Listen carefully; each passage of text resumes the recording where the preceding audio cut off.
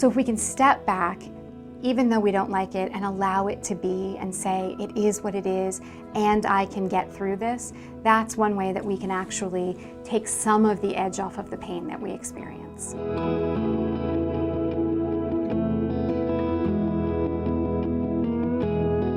There are a ton of things in life that we just can't control no matter how hard we try.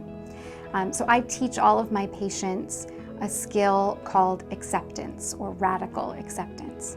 So it really means trying to allow yourself to let things be as they are, but to soothe yourself and to be compassionate with yourself when you're really trying to sit there and say, it is what it is. I'm gonna allow this to be.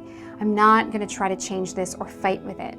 Because a lot of the stress that we actually experience when we don't like something, or that we don't like the way something's going, it isn't necessarily all from the thing.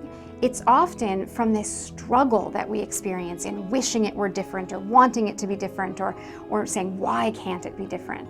That struggle adds on a whole nother level of emotion beyond the emotion that you're already feeling. So it's doubly hard to cope with.